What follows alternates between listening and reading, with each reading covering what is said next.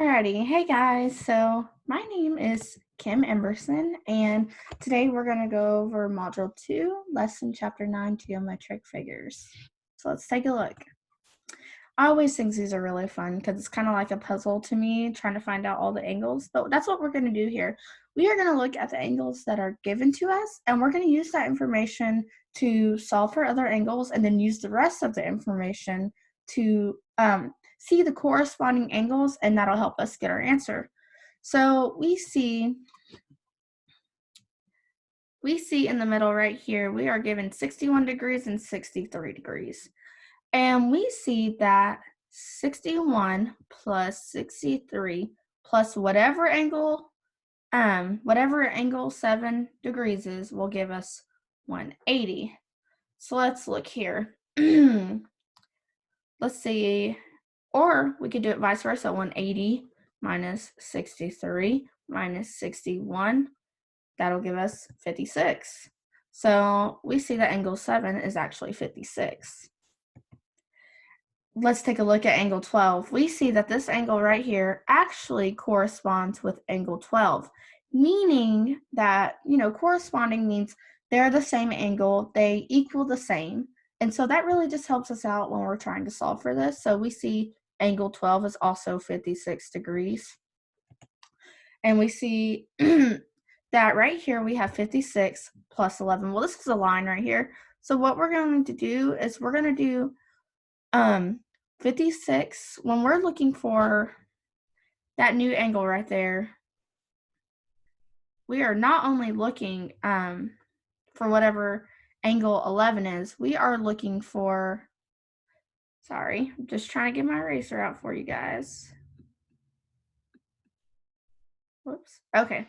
Well, what we're trying to do there is we see that we have 56 plus whatever angle 11 is. So we're just going to say whatever should give us 180. Well, we see that 124 plus 56 should give us 180. So that's what our angle 11 would be. And we also see that angle 11 corresponds with angle 8. So that right there just solved that whole equation right there. So let's take a look at another one. Let's see if there's anything else that we can look at. So let's look at angle 2. Back to corresponding, we see that angle 63, well, this angle right here is 63 degrees. I guess it really doesn't have a label, but this angle right here that is 63 degrees corresponds with angle 2.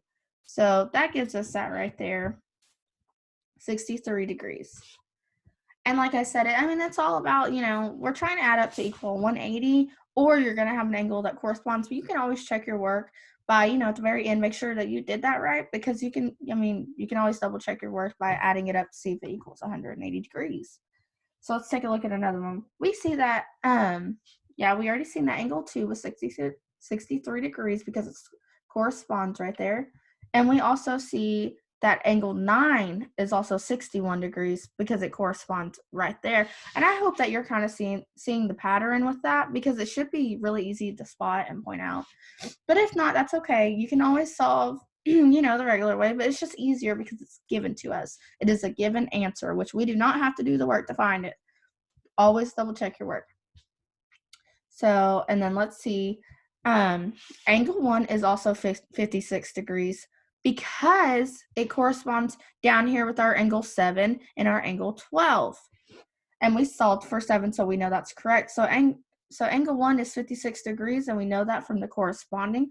So let's just take a guess. We know what angle 5 would be since it corresponds with 1, and that'll also be 56 degrees. And like I said, you can always double check your work right here and add it together and make sure it equals 180.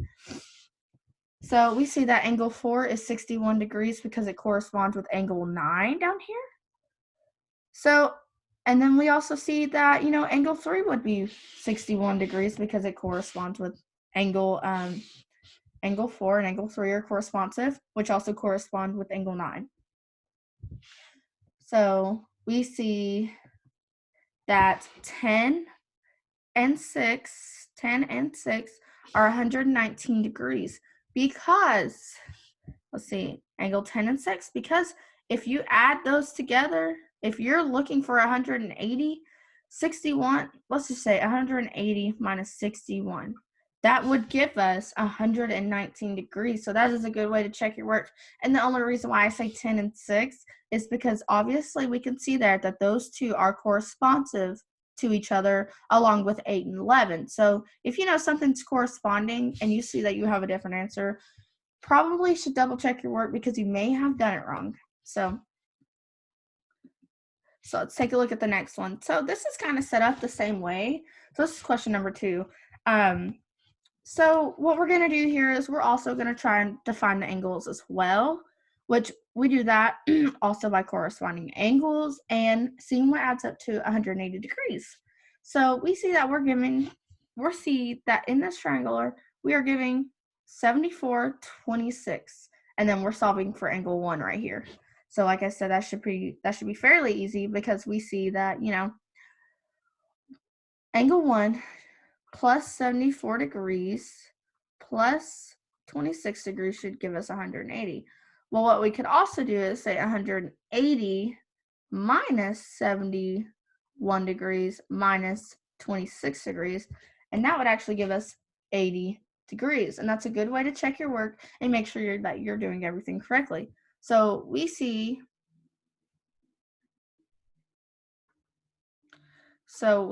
that, give me 1 second, sorry. I'm just trying to get this pen off. I guess I can't. We see that angle 1 right here is 80 degrees. I'm going to write that to the side right there since I can't erase. Hopefully you can see what that says. All right, and then seeing angle 1, let's just get to 5. We know that angle 5 corresponds, and that will give us 80 degrees. Now let's start to add those up.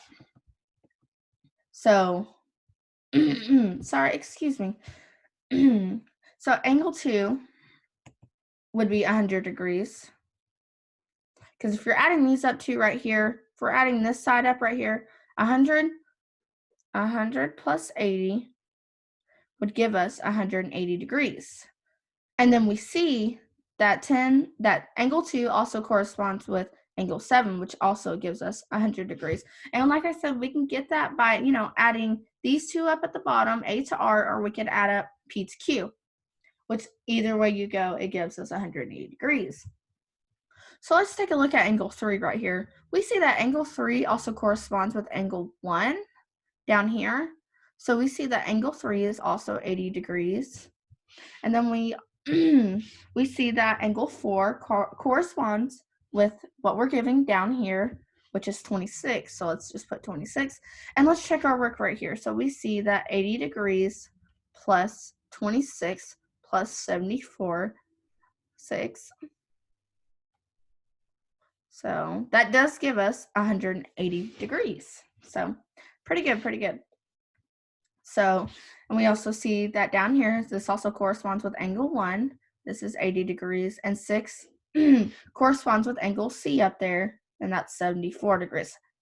So really, it's not as bad as you think it is. You could either solve for 180 degrees, or, like I think this method is easier. Take what you're given and then go after that. Don't try to solve an angle where you can't solve it because you're not giving enough information. So you just have to take it step by step by step. So seeing that we're given all those angles, I definitely think it definitely helps to have already our angles and see how they correspond together, because that means that the degree is the same, the shape is the same, the lines are same, and obviously using that really helps our equation out. So let's demonstrate how to find the measure of the angles. Well, this is a concave polygon, which that means the angles are pointing inward. And let me show you where the angles are pointing inward right here. They're pointing inward right there. There's also another one, I believe, I'm not sure if it's complex polygon where the angles are pointing outwards. I believe that's what it's called, but I don't want to tell you the wrong one. I'm going to move me over here so I can show you guys. So what we're going to do to find the measures of this angle, we're going to use like this little equation right here.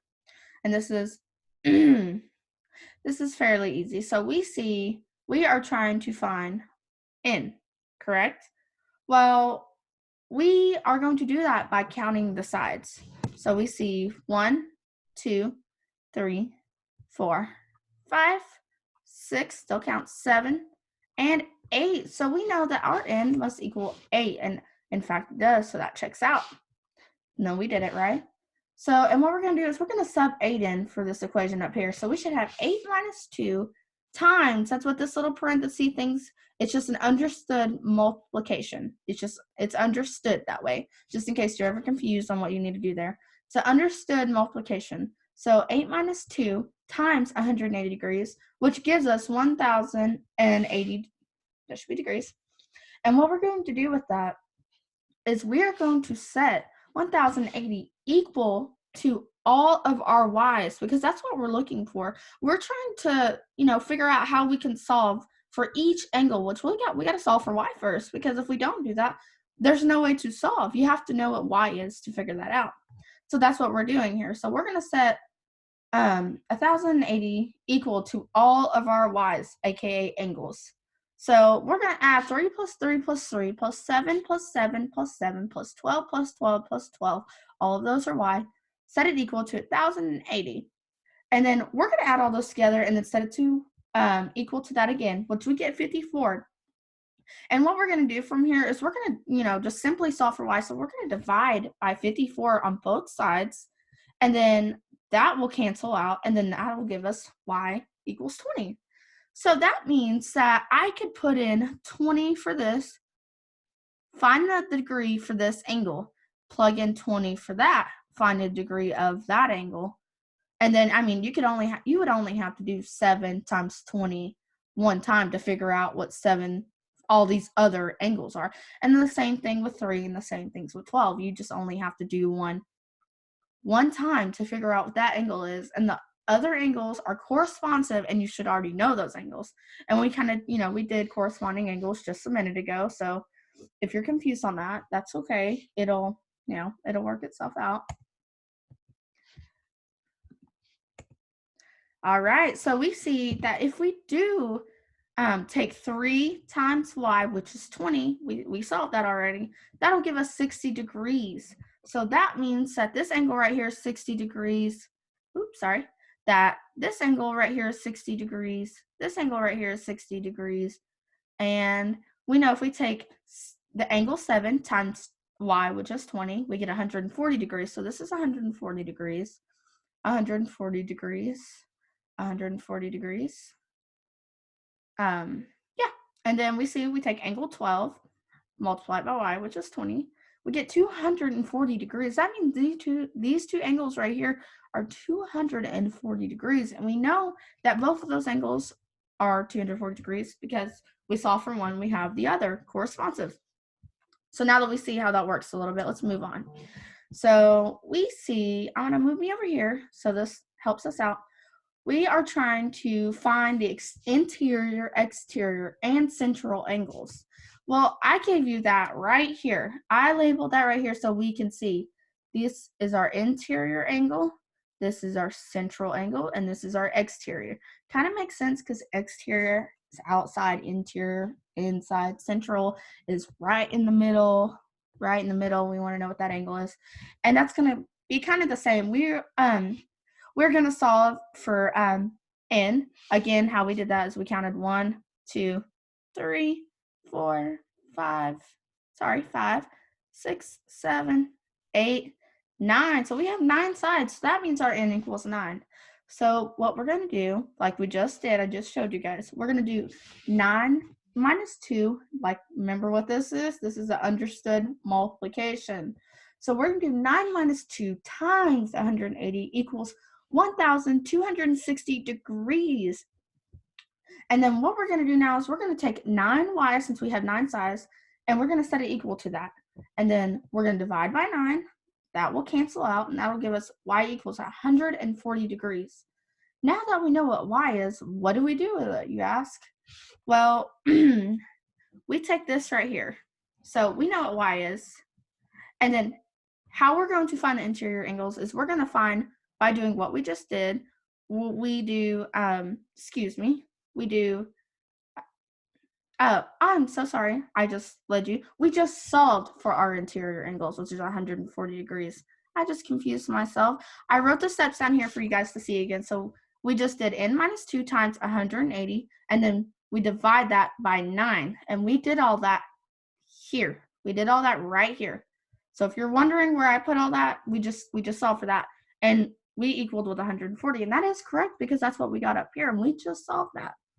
So that's how we find our interior angles. And we just found that. So, and that makes sense because didn't we just solve for our interior angles on the other slide? We wanted to know what y was to define what every angle was. So that's what that angle is right there. And that's what all of these angles would be because they're all corresponsive. So I hope that makes a little more sense to you now. So now we're going to look at our central angle, and that's right in the middle. What we're going to do here is we know, to find an angle, it has to be set equal to 180 degrees. But to define a circle, it has to be set to 360 degrees because that's what the degrees is all the way around the circle. It's 360 degrees. Well, because we're not talking about a specific angle. We're talking about dead middle in the center. And, and that's also how we have to find our radius. We have to know what our angle is in the center. So let's look at our central angle. We are going to take 360 degrees and divide it by n. Well, we already know that our n is 9. We solved that right here. N equals 9. So we just simply do that. It's not very complicated. That equals 40 degrees. So we know central angle is 40 degrees. That's what that is right there. See, it's actually very complex. You just got to kind of know the steps and then it gets easier. And I think it's kind of fun because these things never change. 360, 180, these are facts that will stay the same. And so you don't have to worry about a formula or anything like that. It stays the same. So you just have to set it equal to that. Solve for your y, and then you can find everything else. Let's look at our exterior angle. Well, that's not very big. That's this little angle right here. Well, we know when we're trying to solve an angle, it has to be set to 180 degrees. Well, what we're going to do is we're going to subtract y, which is 140 degrees. So 180 minus 140 equals 40 degrees. So that is also 40 degrees. That wasn't very complicated. I hope that seemed easier than what it actually is. I hope I didn't make it any harder. I just wanted you guys to actually see where it's all coming from, how to find your angle, how to solve for the y, and then know the difference between interior angles, central angles, and exterior angles. So sum that up a little bit. I hope that really helped. So we're going to take a look at a tetrahedron.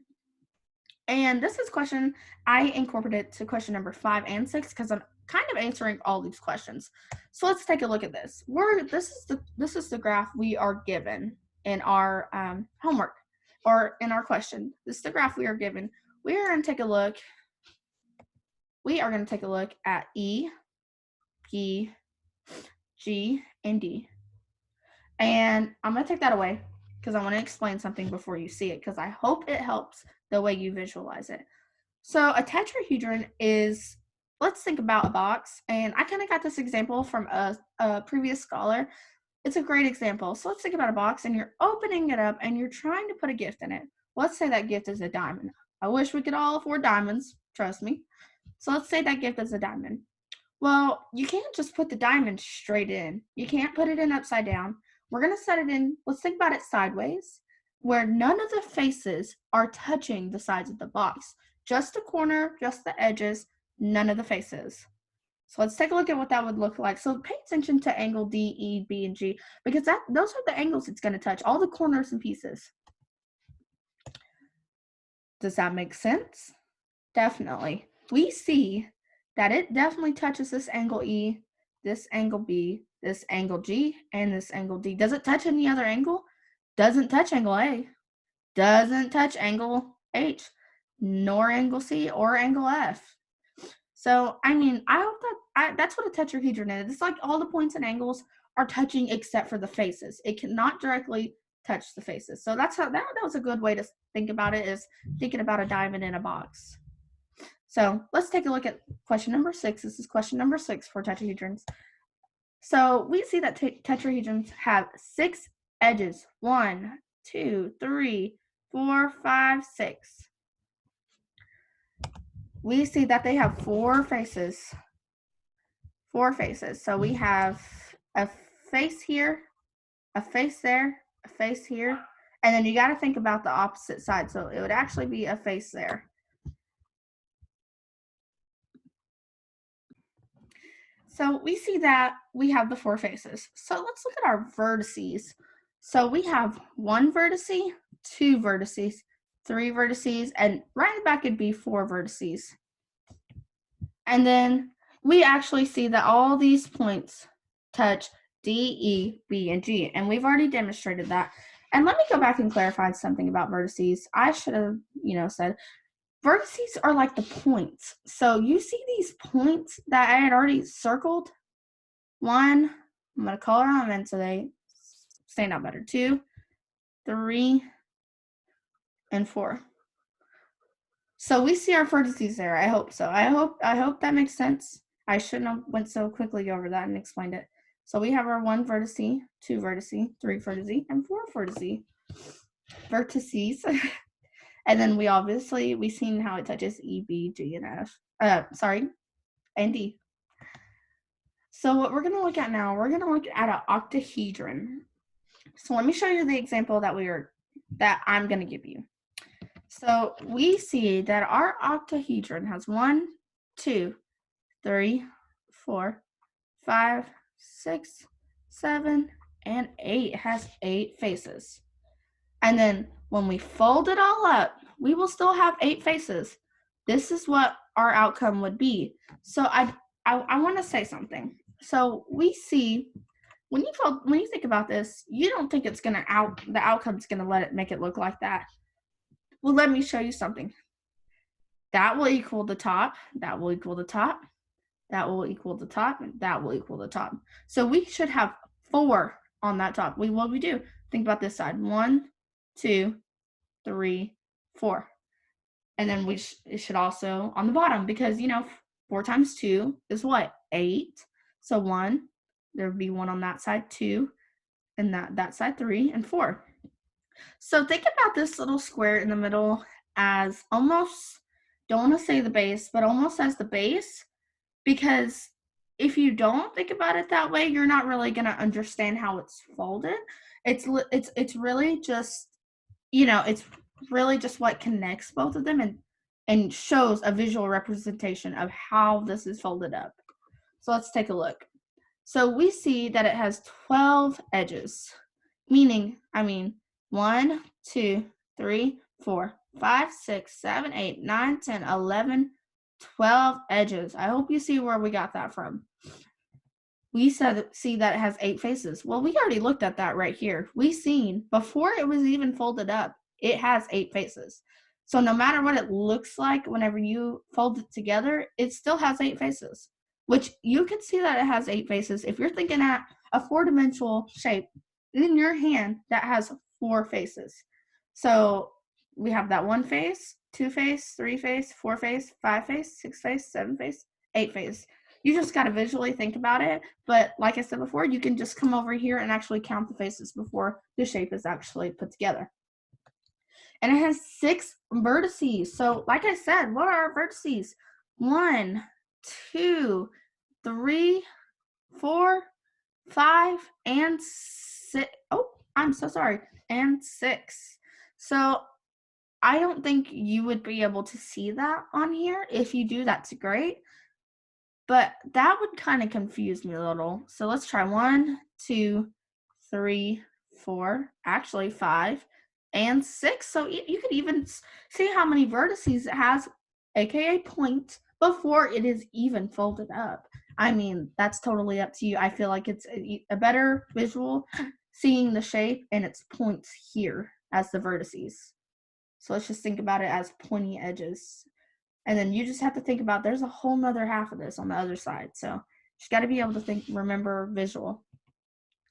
So this one is a little bit more difficult, but it's it's the same thing. So this is a icosahedron, and so let's count how many faces this has. I think it's icosahedron. I'm just gonna say icosahedron.